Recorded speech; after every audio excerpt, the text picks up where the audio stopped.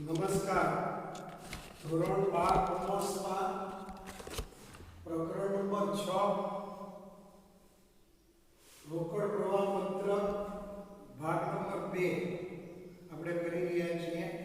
અગાઉ વાતચીત કરી એ પ્રમાણે 2020 માં કોરોનાની પરિસ્થિતિને કારણે આ પ્રકરણમાંથી 4 ગુણનો દાખલો આ પદ્ધતિનો પૂછાવાનો છે. બરાબર? તો 19મો દાખલો આપણે લઈએ. આગળ આપણે દાખલાનો અભ્યાસ કરેલો પાના નંબર 287 દાખલો નંબર 19. નીચે આપેલી વિગતોના આધારે રોકાણ પ્રવૃત્તિઓમાંથી ઉદ્ભવતા રોકડ પ્રવાહની ગણતરી કરો. સ્પષ્ટ લખેલું હોય કે રોકાણની પ્રવૃત્તિઓમાંથી ઉદ્ભવતા રોકડ પ્રવાહની ગણતરી કરો. એ સ્પષ્ટ હોય. હવે આમાં તમને પ્લાન્ટ યંત્રોની બાકી આપી છે, મિલકતોની 31/3/2017 અને 31/3/2016. હવે 31/3/2016 એટલે આપણે જોઈ ગયા નાણાકીય વર્ષ પ્રમાણે. નાણાકીય વર્ષ આપણે સમજી ગયા કે જે વર્ષ 1 એપ્રિલના રોજ શરૂ થતું હોય અને 31 માર્ચના રોજ પૂર્ણ થતું હોય તેવા વર્ષને નાણાકીય વર્ષ કહેવાય. જો દાખલામાં સ્પષ્ટ તારીખ ન આપી હોય તો આપણે 1/4/31/3 એમ લખવું જ પડે, ભલે આપણે વર્ષનો ઉલ્લેખ ન કરીએ. તો પ્લાન્ટ યંત્રોની બાકી છે 7,20,000, 9,20,000. બરાબર?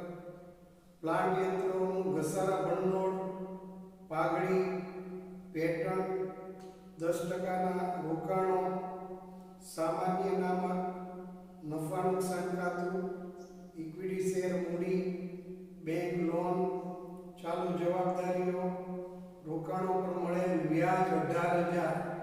એ અંડરલાઈન કરજો. બરાબર? રોકાણો પર મળેલ વ્યાજ 18,000. પછી લખ્યું છે વર્ષ દરમિયાન અમુક પેટર્નનું વેચાણ કર્યું છે, એમ લખ્યું છે.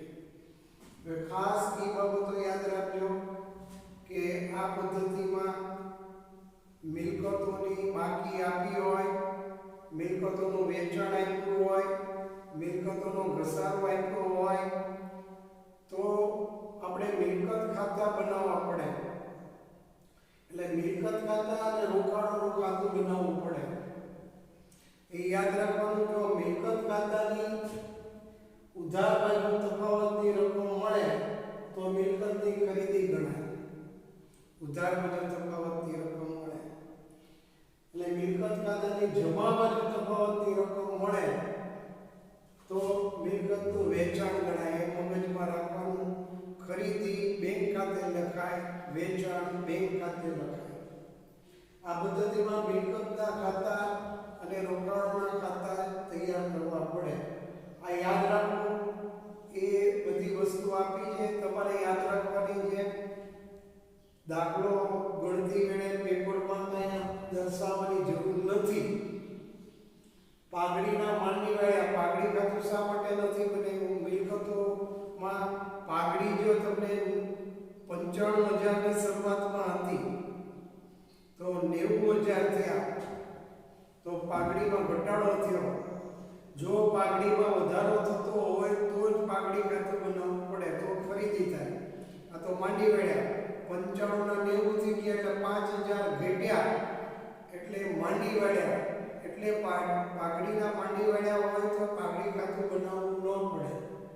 પરંતુ જો પાઘડી અહીંયા 95,000 છે અને વર્ષની અંદર જો 1 લાખ હોય તો પાઘડીની ખરીદી કરી કહેવાય, પાઘડીના ચૂકવ્યા તો એ આપણે રોકાણો કર્યું કહેવાય, તો આપણે બનાવવું પડે. પરંતુ પાઘડીની કિંમતમાં ઘટાડો થતો હોય તો પાઘડી ખાતું બનાવવું ન પડે. એ બાબત મગજમાં રાખજો. પાઘડીના માંડીવાળિયા જો માંડીવાળિયા હોય તે પછી સામાન્ય નામક, નફા નુકસાન ખાતું, એ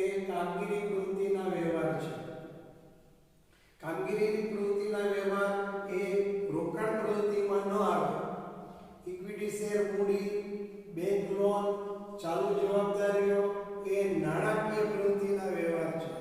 તો નાણાકીય પ્રવૃત્તિના વ્યવહાર પણ ન આવે. એટલે તમે જોયું છેલ્લે જો સામાન્ય અનામત, નફા નુકસાન ખાતું, રકમમાં ઇક્વિટી શેર મૂડી અને બેંક લોન અને ચાલુ જવાબદારી આ બધી રકમમાં વધારાની માહિતી આપી છે જે આપણે આ પદ્ધતિમાં ન આવે.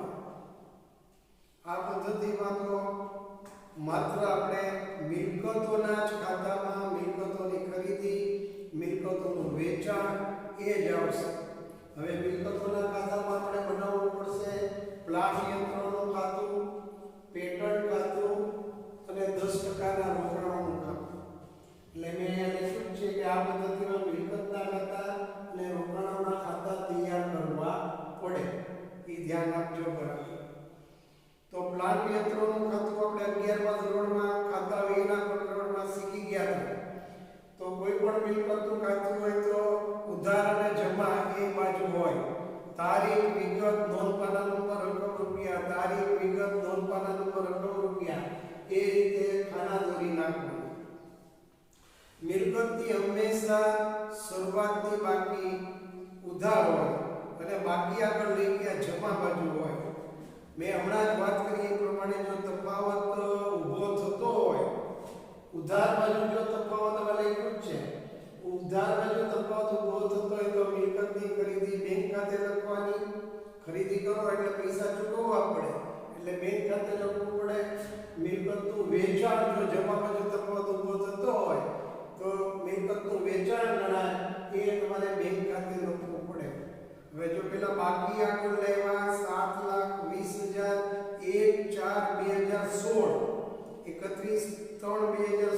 1/4/2016 એમ સમજવાનું છે. 1/4/2016 બાકી આગળ લેવા 7,20,000 એ પ્લાન્ટ યંત્રો ખાતાની ઉધાર બાજુ તમારે બતાવો. પછી બાકી આગળ લઈ ગયા છે 31/3/2017 તો બાકી આગળ લઈ ગયા મિલકત ખાતાની જમા બાજુ 9,20,000. તો એ તમે પ્લાન્ટ યંત્રોની બાકી બતાવી. પ્લાન્ટ અને યંત્રોનું ઘસારા ભંડોળ એ ખાતું બનાવવાનું ન હોય કારણ કે તફાવતની રકમ ઊભી થતી હોય એ તમારે નફા નુકસાન ખાતે લઈ જવાની હોય એટલે એ કઈ રોકાણ આ પદ્ધતિને લાગુ પડતું નથી. પછી પાઘડી ખાતું બનાવવાનું નથી કારણ કે પાઘડીની કિંમતમાં ઘટાડો થાય છે માટે બરાબર. પાઘડીમાં વધારો થતો હોય તો પાઘડી ખાતું બનાવવું પડે તો આપણે ખરીદી કરીને ચૂકવ્યા ગણાય. પછી 10%ના રોકાણો તો 10%ના રોકાણોનું ખાતું આપણે બનાવ્યું છે તો એમાં 31/3/2016 એટલે 1/4/2016 ની બાકી તમને રકમ આપી છે 2,70,000. તો 1/4/2016 બાકી આગળ લેવા 2,70,000. 31/3/2017 ની બાકી આપી છે 95,000 બરાબર. પછી આગળ વાત આપણે થઈ ગઈ એ પ્રમાણે સામાન્ય અનામત, નફા નુકસાન ખાતું, ઇક્વિટી શેર મૂડી, બેંક લોન, ચાલુ જવાબદારી નહીં આવે આ પદ્ધતિમાં. રોકાણો પર મળેલ વ્યાજ યાદ રાખજો 18,000. પેટર્નનું તમે વેચાણ કર્યું છે યાદ રાખવાનું. હવે ફરી વખત આપણે સમજીએ પ્લાન્ટ યંત્રોની બાકી આપણે 7,20,000 રકમમાં આપેલી છે 1/4/2016. 31/3/2017 ની બાકી આપી છે બાકી આગળ લઈ ગયા 9,20,000. હવે જોવાનું તો જમા બાજુ મિલકત ખાતાની જમા બાજુ 9,20,000 એ વધારે છે. એ 9,20,000 તમારે અહીંયા મૂકવાના. જે બાજુ સરવાળો વધુ હોય એની વિરુદ્ધ બાજુ એ મૂકવો પડે. 9,20,000 પ્લાન્ટ યંત્રો ખાતાની જમા બાજુ સરવાળો થાય છે એ ઉધાર બાજુ 7,20,000 છે એના કરતા વધારે છે. એટલે એ સરવાળો આપણે પહેલા કર્યો કે સામે મૂક્યા 9,20,000. 9,20,000 માંથી 7,20,000 બાદ કરો તો તફાવતની રકમ 2,00,000 મળે. એ તફાવતની રકમ મળી આપણે ગોતી એટલે આપણે રાઉન્ડ કરવાનું અને તફાવતની રકમ વર્ષને અંતે મળે એટલે ત્યાં લખવાનું 31/3/2017 અને બેંક ખાતે ખરીદી કહેવાય. મિલકતના ખાતાની ઉધાર બાજુ તફાવતની રકમ મળે તો ખરીદી કહેવાય, એ બેંક ખાતે લખવી પડે. મિલકતના ખાતાની જમા બાજુ તફાવતની રકમ મળે તો વેચાણ કહેવાય, એ બેંક ખાતે લખવું પડે. હવે પેટન્ટ ખાતું, તો પેટન્ટ ખાતામાં તમે જુઓ તમને રકમમાં બાકી આગળ લાવ્યા લખ્યું છે 1,30,000 1/4/2016 ની 31/3/2016 એટલે 1/4/2016 બરાબર. બાકી આગળ લેવા 1,30,000, પછી બાકી આગળ લઈ ગયા 70,031/3/2017 ની આપી છે. તો બંને બાકી આપી છે તો તમને પોતાને ખબર પડવી જોઈએ કે ઉધાર બાજુનો સરવાળો વધારે છે. જે બાજુનો સરવાળો વધુ હોય એ બાજુનો સરવાળો તમારે કરવો પડે. તો 1,30,000 ની સરવાળો આ બાજુ જમા બાજુ મૂકો, 1,30,000 માંથી આ 70,000 બાદ કરો એટલે તફાવતની રકમ 60,000 મળી. મિલકત ખાતાની જમા બાજુ તફાવતની રકમ મળે તો એ વેચાણ કહેવાય, એ બેંક ખાતે વેચાણ 60,000. 10% ના રોકાણો, તો રોકાણોની બાકી તમને આપી છે 2,70,000 બાકી આગળ લેવા. પછી 31/3/2017 ની બાકી આપી છે, બાકી આગળ લઈ ગયા 95,000. તો 270 માંથી 95,000 બાદ કરવાના તો જમા બાજુ તફાવત ઊભો થયો એટલે એ વેચાણ ગણાય, એ તમારે બેંક ખાતે લખવું પડે. તો આ મુદ્દો એ તમારે જરૂરી ખાતા, એમાં મિલકતોના ખાતા બનાવવાના, બીજા કોઈ ખાતા આ પદ્ધતિને અસર કરતા નથી. મુદ્દો બી, રોકાણ પ્રવૃત્તિઓમાંથી ઉદ્ભવતા રોકડ પ્રવાહ દર્શાવતું પત્ર. આપણે આગળ જોયું હતું લેક્ચરમાં, એ રીતે વિગત રકમ રૂપિયા. હવે મુદ્દા એ ઉપરથી આપણે કરીશું કે પ્લાન્ટ યંત્રોની ખરીદી તમારે 2 લાખની આવી, તો પ્લાન્ટ યંત્રોની ખરીદી એ જાવક ગણાય એટલે 2 લાખ. જાવક હોય એ કૌંસમાં મૂકવાની, આવક એમને મૂકવાની, આપણે ગઈકાલે જોયું. પછી પેટન્ટ ખાતું, તો પેટન્ટ ખાતામાં તમે વેચાણ કર્યું છે 60,000 નો જે તફાવત આવ્યો તો પ્લાન્ટ યંત્રો પેટન્ટનું વેચાણ ત્યાં આપણે લખવાનું છે પેટન્ટનું વેચાણ, એ ધ્યાન આપજો. પેટન્ટનું વેચાણ,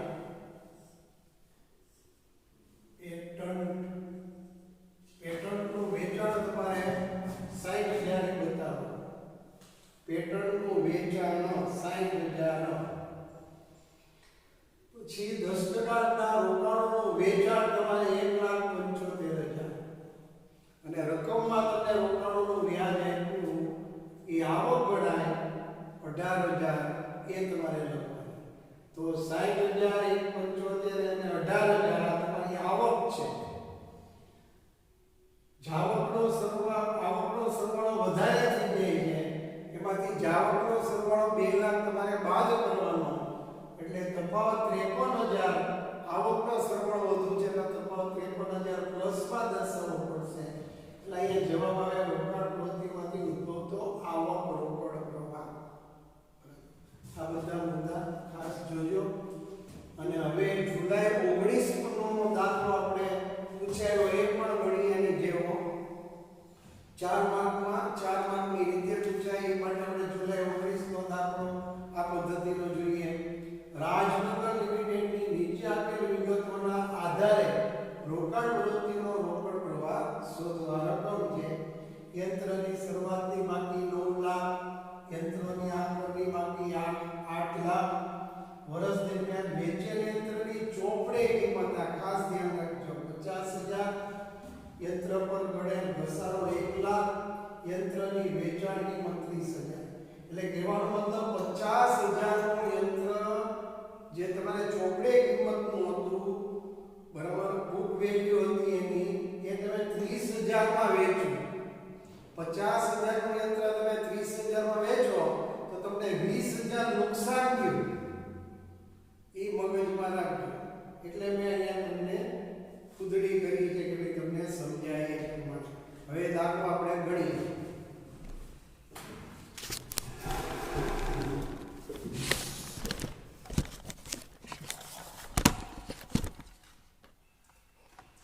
હવે દાખલામાં તમે રકમમાં જોયું, દાખલાની રકમમાં જોયું કે યંત્ર ખાતું એક જ, બીજી કોઈ મિલકતની બાકી નથી.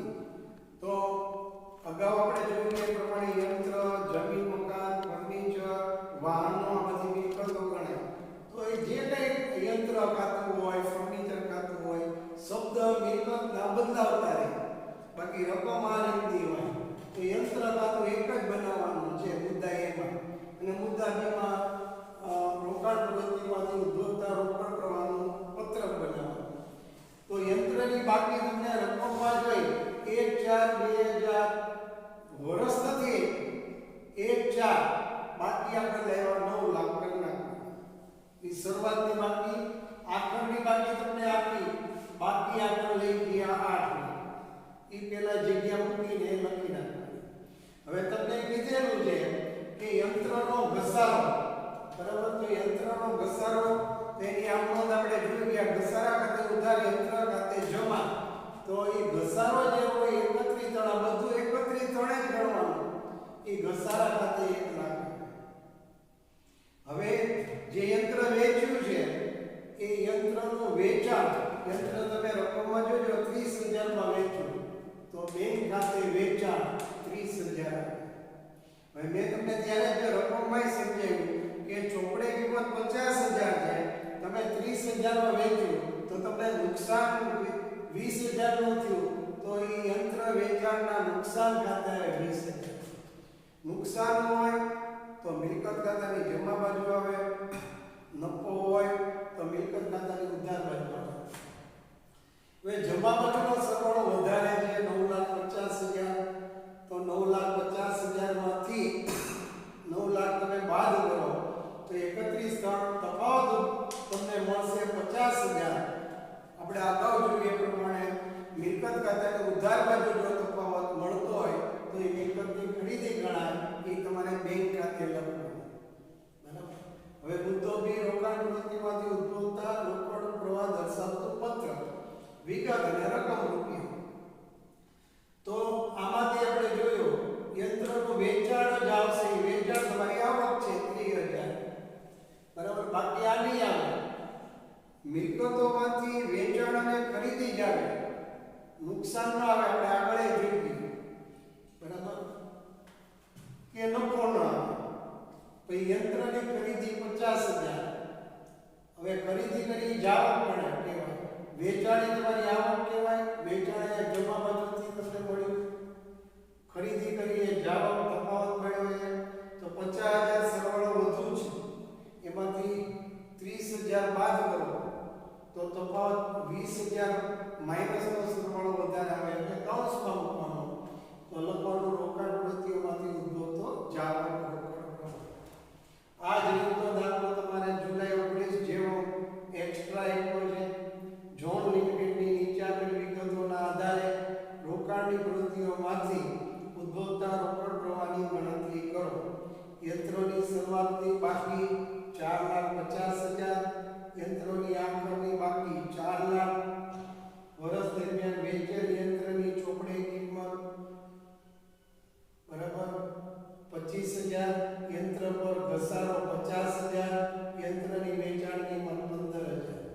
આ જુલાઈ 19 નો જેવો દાખલાની રકમ છે ઘરે ગણશો તો જવાબ આવશે રોકાણ પ્રવૃત્તિમાંથી ઉદ્ભવતો જાવક રોકડ પ્રવાહ 10,000. ઓકે, આ જ રીતે ઉદાહરણ 11, 12 અને 13 પ્રમાણ 2020 કોરોનાની પરિસ્થિતિને કારણે આ પ્રકરણમાંથી માત્ર અને માત્ર રોકાણ પ્રવૃત્તિનો એક જ દાખલો 4 ગુણનો પૂછવાનો છે. એ પ્રકરણ આપણે અહીંયા પૂરું કરીએ છીએ. હવે નવા લેક્ચરની અંદર આપણે નવું પ્રકરણ ડિબેન્ચરના હિસાબો જોશું. તો ડિબેન્ચરના હિસાબોમાં 2020માં જે પૂછવાનું હોય એ પહેલા ધ્યાન આપશું અને એ જ આપણે લેશું. ખાસ ઈશ્વર આગળ પ્રાર્થના કરજો કે ઓફલાઈન વર્ગો ઝડપથી શરૂ થાય અને કોરોનાની પરિસ્થિતિમાંથી આપણે મુક્ત થઈએ. ઓકે, ધોરણ 11 કોમર્સના વિદ્યાર્થીઓ ખાસ ધ્યાન આપજો. નમસ્કાર. 11મા ધોરણમાં પ્રકરણ નંબર 4 આમ નોંધ આપણે ઘણા ટાઈમથી ચાલે છે. આમ નોંધ એ અગત્યનું પ્રકરણ છે, એટલે આપણે દરેક દાખલા જોઈએ. આ પ્રકરણ 12મા ધોરણમાં ઉપયોગી છે, એટલે બરાબર પ્રેક્ટિસ કરજો, જેથી કરીને 12મા ધોરણમાં તમને આમ નોંધ આવે ત્યારે તકલીફ ન પડે. તો ટાઈપ નંબર 9 સુધારેલી આમ નોંધ લખવી અને આમ નોંધ પરથી બાબત જે લખવી. હવે આમ નોંધ પ્રકરણના માત્ર 4 દાખલા બાકી છે, એમાંથી 2 દાખલા આજે આપણે પૂરા કરશું. તો એમાં સુધારેલી આમ નોંધ લખવી એ કોના ઉપરથી, બાબત જે ઉપરથી આપણે સાચી નોંધ હોય એ આપણે લખી નાખવી. બાબત જે આપણે લખતા, બાબત જે એટલે વ્યવહારની ટૂંકી વિગત. સ્વાધ્યાયનો દાખલો નંબર 14 અને 15 આપ્યો છે. 14મો દાખલો પાના નંબર 106 ઉપર. એ રકમ તમે જોજો અને બરાબર અભ્યાસ કરજો. એક શિખાઉ વિદ્યાર્થીએ નીચે મુજબ આમ નોંધ લખી છે. જે આમ નોંધ ખોટી છે તે સુધારીને ફરી લખો. તો આ સુધારેલી નોંધ આપણે બાબત જે ઉપરથી લખવાની છે. વિદ્યાર્થીએ રકમમાં રૂપિયા ખોટા લખ્યા હશે, ઘણું ખોટી નોંધ લખી હશે. આપણે તો બાબત જેને મગજમાં રાખવાની, બાબત જેમાં જેટલા રૂપિયા હોય એટલા સાચી નોંધમાં લખવાના. વિદ્યાર્થીએ ભૂલ કરી એ આપણે જોવાનું રહેતું નથી. જો 2014 ઓગસ્ટ 1લી તારીખ વીમા પ્રીમિયમ ખાતે ઉધાર 700, તે રોકડ ખાતે 700 આ વિદ્યાર્થીએ લખ્યું છે. હવે બાબત જે શું છે વાંચો. 700 જિંદગીના વીમા પ્રીમિયમના ચૂકવ્યા તેના. બાબત જે ખાસ ધ્યાનમાં રાખવાની, સાચી નોંધ એના ઉપરથી લખાશે. જિંદગીનો વીમા પ્રીમિયમ તમે ચૂકવો તો એ માલિકનો અંગત ખર્ચ છે. માલિકનો અંગત ખર્ચ ઉપાડ ખાતે ઉધાર થાય. તો એ વિદ્યાર્થીએ ભૂલ કરી છે, ઉપાડ ખાતે ઉધાર નથી લખ્યું. તો સાચી નોંધ આ રીતે આવશે. 2014 ઉપાડ ખાતે ઉધાર 700, તે રોકડ ખાતે 700. ઉપાડ ખાતે ઉધાર 700, તે રોકડ ખાતે 700. બાબત જે જિંદગીના વીમા પ્રીમિયમના ચૂકવ્યા તેના. આપણે બાબત જે સાચી લખતી ગણાય રકમ કાઢી નાખવી. બાકી બાબત જે માં રકમ લખો તો એ ચાલે, એવું કઈ નથી. બરાબર? એટલે આપણો સમય પરીક્ષામાં કેમ બચે એ આપણે જોતા હોઈએ. એટલે આપણે બાબત જે લખતી વેળાએ રકમ કાઢી નાખી. અમુક જગ્યાએ રકમની જરૂર હોય ત્યાં આપણે જો લખવી પડે. 5મો તારીખ રોકડ ખાતે ઉધાર 300, તે જય ખાતે 200, તે અજય ખાતે 100. બાબત જે જય પાસેથી દલાલીના 200 અને અજય પાસેથી કમિશનના 100 મળ્યા તેના. મળ્યા શબ્દની અંડરલાઈન. મળ્યા એટલે રોકડા મળ્યા હોય. હવે ભાઈ તમને રોકડા મળ્યા હોય તો તમારે અજય અને જય પાસે લખવાના રહેતા જ નથી. તમને રોકડા મળ્યા છે. બરાબર? તો રોકડ ખાતે ઉધાર 300 રૂપિયા થાય. 300 રૂપિયા કેવી રીતે? દલાલીના 200 અને કમિશનના 100. 200 ને 100 એ બેનો સરવાળો 300. તો રોકડ ખાતે ઉધાર 300, તમને દલાલીના મળ્યા. જે આવક મળી હોય એ આવક ખાતે જમા થાય. ઉપજ ખર્ચ ખાતાનો નિયમ છે. બરાબર? ખર્ચ કે નુકસાન ખાતે ઉધારો, ઉપજ કે લાભ ખાતે જમા કરો. તો ઉપજ એટલે આવક. તો જે આવક મળી હોય એના નામ જો આપણે જમા કરવું પડે. રોકડ આવ્યા, રોકડ માલ મિલકત ખાતા લાવવું પડે. માલ મિલકત ખાતા નિયમ આવે તે ઉધાર જાય તે જમા. રોકડ ખાતે ઉધાર 300, તે દલાલી ખાતે 200, તે કમિશન ખાતે 100. બાબત જે દલાલી અને કમિશનના રોકડા મળ્યા તેના. 7મી તારીખ તમારે તો આ નોંધ દોરી નાખવાની, મારે સમાઈ જાય ઓનલાઈન બોર્ડ ઉપર માટે મેં પછી દોરી નથી, બરાબર? તમારે તો ફોર્મેટ આખું દોરવાનું જ છે. અગાઉ આપણે વાત થઈ એ પ્રમાણે આખો દાખલો ફોર્મેટ દોરીને જ કરવાનો આપણે દોર્યું છે. એમાં 7મી તારીખ ખરીદ ખાતે ઉધાર રકમમાં જે 4500 તે વિવેક ખાતે 4500. હવે બાબત જે જોજો, વિવેક પાસેથી 5000 નો માલ 10% રોકડ વટાવે ખરીદ્યો તેના. રોકડ વટાવે ખરીદ્યો, રોકડેથી ખરીદ્યો.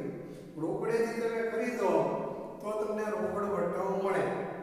હવે 5000 ના 10% 500 રૂપિયા.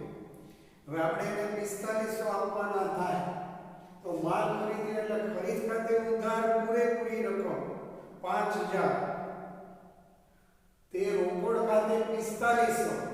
કેમ 4500? 5000 ના 10% રોકડ વટાવ તમને મળે છે. તો 5000 ના 10% 500 રૂપિયા થાય. તો 5000 માંથી 500 તમે બાદ કરો તો એ ભાઈને તમારે 4500 આપવાના છે, એ તમે રોકડા આપો છો.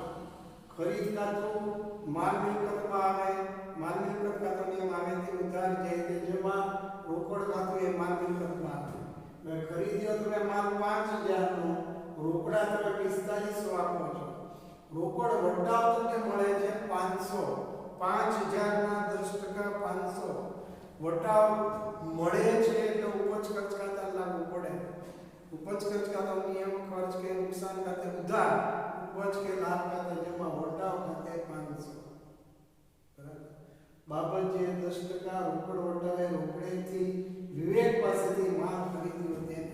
આમાં વિવેકનું ખાતું ન આવે, વિદ્યાર્થીએ વિવેકનું ખાતું લખ્યું. વિવેકનું ખાતું ન આવે કારણ કે તમે રોકડેથી ખરીદી કરો છો, રોકડા પૈસા આપી દો છો. તમે ઉધાર ખરીદી કરી હોય તો વિવેકનું ખાતું આવે. તમે રોકડેથી ખરીદી કરો છો પછી એને કંઈ આપવાનું બાકી રહેતું નથી. 10મી તારીખ બેંક ખાતે ઉધાર 7000 તે રોકડ ખાતે 7000. બાબત જે બેંકે 7000 નો ઓવરડ્રાફ્ટ મંજૂર કર્યો તેના. હવે બેંક લોન મંજૂર કરે, ઓવરડ્રાફ્ટ મંજૂર કરે, વીજળીનું બિલ આપને મળે ત્યારે આપણે આગળ જોઈ ગયા કે એ બિનઆર્થિક વ્યવહાર કહેવાય. આપણે મળે એટલે તરત નોંધ નથી થતી. બેંક આપમાંથી આપણે ઉપાડીએ તો નોંધ થાય. હજુ તો મંજૂર કર્યો છે, ઓવરડ્રાફ્ટ બેંકે મંજૂર કર્યો છે એટલે આપણે એમ લખવાનું છે બિનઆર્થિક વ્યવહાર છે, નોંધ થશે નહીં એમ લખવાનું છે. વિદ્યાર્થી તો નોંધ લખી. તો બાબત જે ઉપરથી આપણે નક્કી કરવાનું કે નોંધ શું થાય. બરાબર? 11મી તારીખ વિવેક ખાતે ઉધાર 1000 તે ખરીદ માલ પરત ખાતે 1000. બાબત જે વિવેકને 20% માલ પરત કર્યો અને રકમ વિવેક પાસેથી મળી તેને. હવે અગાઉમાં 7મી તારીખમાં તમે જોઈ ગયા છો કે વિવેક પાસેથી તમે 5000 નો માલ ખરીદ્યો છે. ઈ વ્યવહાર અહીંયા લાગુ પડે છે. તો 5000 ના 20%, બરાબર યાદ રાખજો. કેલ્ક્યુલેટરમાં 5000 ગુણ્યા 20 અને ટકાની નિશાની બતાવો તો 1000 રૂપિયા આવે. 5000 ના 20% 1000 રૂપિયા એ આપણે માલ પરત કર્યો. તો ખરીદેલો માલ પરત કર્યો એટલે ખરીદ પરત ખાતે. ખરીદ પરત ખાતે જમા આવે. ખરીદ પરત ખાતું માલ મિલકતમાં આવે, માલ મિલકત ખાતો નિયમ આવે તે ઉધાર જાય તે નિયમ આવે. ખરીદ પરત ખાતે જમા આવશે. હવે તમે રોકડેથી માલ ખરીદ્યો છે. હવે રોકડેથી માલ ખરીદેલો 7મી તારીખમાં તમે જુઓ, એના બદલામાં તમારે માલ નથી જોતો બીજો, તો કે ભાઈ તમે રોકડા પાછા મને આપો, તો એ 1000 રૂપિયા રોકડા નહીં આપે કારણ કે તમને રોકડ વટાવ બાદ કર્યો છે. એ રોકડ વટાવ કેટલા ટકા બાદ કર્યો છે? 10%. તો 1000 ના 1000 રૂપિયાનો માલ પરત કરો તો 1000 ના 10% 100 રૂપિયા બાદ કરી નાખશે. કોઈ પણ માણસ પાસેથી માલ ખરીદ્યો હોય રોકડે, એને આપણે વટાવ આપ્યો હોય, પાછો આપણે માલ નથી જોતો, અમુક માલ પાછો આપીએ તો એ પૂરેપૂરા રોકડા આપણે પાછા ના આપે. એવી મેં તમને 1000 નો માલ આપ્યો તો 1000 રૂપિયા પરત કરો તો કે ભાઈ તમને 10%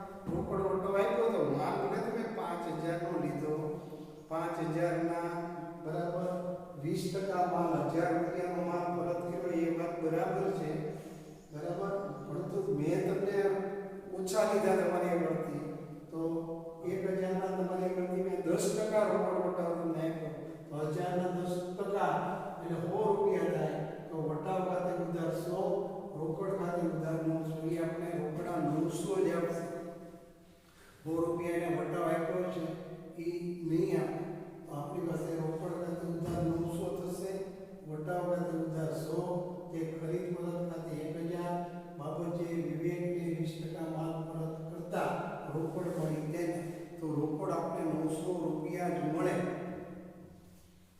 12મી તારીખમાં જુઓ રોકડ ખાતે ઉધાર 500 તે દેવાદાર ખાતે 500 બાબતે દેવાદાર પાસેથી ભૂતકાળમાં માંડી વળે રકમ 500 મળી તેના હવે એ દેવાદાર પાસેની લેણી રકમ આપણે ન મળે તો એને ગાલખાત કહેવાય તો એ ગાલખાત તરીકે આપણે અગાઉ લખી નહીં કહેવાય ગાલખાત ખાતે ઉધાર તે દેવાદાર ખાતે જમા હવે ભગવાને એને સદબુદ્ધિ આપી અને આપણે ઉઘરાણી કરી અને પૈસા મળ્યા એટલે એની નોંધ થાય રોકડ ખાતે ઉધાર 500 મળ્યા છે તમને રોકડા ને ગાલખાત પરત ખાતે જમા આવે 500 ગાલખાત પરત તમારી ઉપજ છે બરાબર બાબત જે દેવાદાર પાસેથી ભૂતકાળમાં માંડી વાળે રકમ પરત મળી તેના 13મી તારીખ મરામત ખર્ચ ખાતે ઉધાર 1500 તે રોકડ ખાતે 1500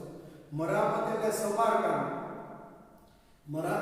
સમારકામ કહેવાય હવે બાબત જે જુઓ દુકાન મરામત ખર્ચ 500 તથા ઘર મરામત ખર્ચના 1000 રોકડા ચૂકવ્યા હવે દુકાન મરામત ખર્ચ હોય એ કાં તમે મરામત ખર્ચ ખાતે ઉધાર કરો અથવા સમારકામ ખર્ચ ખાતે ગમે એ શબ્દ વાપરો બરાબર 13મી તારીખ સમારકામ ખર્ચ ખાતે ઉધાર 500 હવે ઘર માટે જે તમે મરામત ખર્ચ કર્યો એ ઉપાડ ખાતે ઉધાર થાય કારણ કે ઘર માટે કરવો એ તમારો અંગત ખર્ચ છે એટલે ઉપાડ ખાતે ઉધાર 1000 તે રોકડ ખાતે 1500 બરાબર દુકાન માટેનું જે સમારકામ ખર્ચ છે એ સમારકામ ખર્ચ ખાતે ઉધાર કર્યું ઘર માટેનું જે સમારકામ ખર્ચ છે કે મરામત ખર્ચ છે એ અંગત ખર્ચ હોવાથી ઉપાડ ખાતે ઉધાર થાય ને રોકડ ખાતે જમા બાબત જે દુકાન મરામત ખર્ચ અને ઘર મરામત ખર્ચના રોકડા ચૂકવ્યા તેના 15મી તારીખ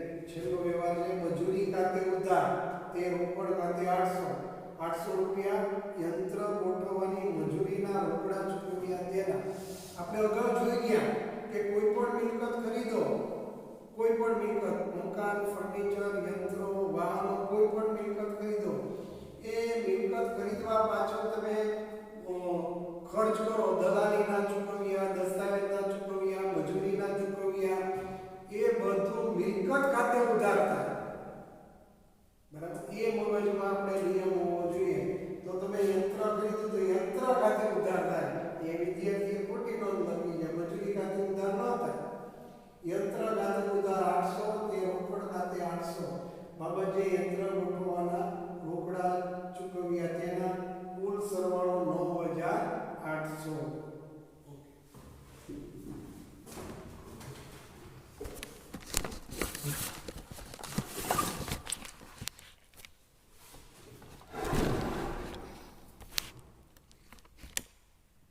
હવે દાખલો નંબર 15 આપણે જોઈએ આ પદ્ધતિનો આમ નોંધ પરથી બાબત જે લખ્યું પરીક્ષામાં ન પૂછાય કારણ કે પરીક્ષામાં તો આમ નોંધ અને બાબત જે પૂછાય પરંતુ આ સ્વાધ્યાયની અંદર દાખલો આપણે આપ્યો છે એટલે આપણે લખી લઈએ અને સમજી લઈએ આમ નોંધ આમાં સાચી જ આપી છે વિદ્યાર્થી બાબત જે લખતા ભૂલી ગયો છે પાના નંબર 107 ઉપર 15મો દાખલો એક હિસાબની છે નીચે મુજબ બાબત જે વગરની આમ નોંધ લખી છે તમારે નીચેની આમ નોંધ પરથી વ્યવહારોની માહિતી આપવાની છે તો બાબત જે કેમ લખાય જો વીમા પહેલો વ્યવહાર એને કહ્યો વીમા કંપની ખાતે ઉધાર 2000 અકસ્માતી થયેલ માલના નુકસાન ખાતે ઉધાર 400 તે ખરીદ ખાતે 24 એની બાબત જે આ રીતે આવે 2400 નો માલ અકસ્માતથી નાશ પામ્યો વીમા કંપનીએ 2000 નો દાવો મંજૂર કર્યો બાકી રકમ અકસ્માતથી થયેલ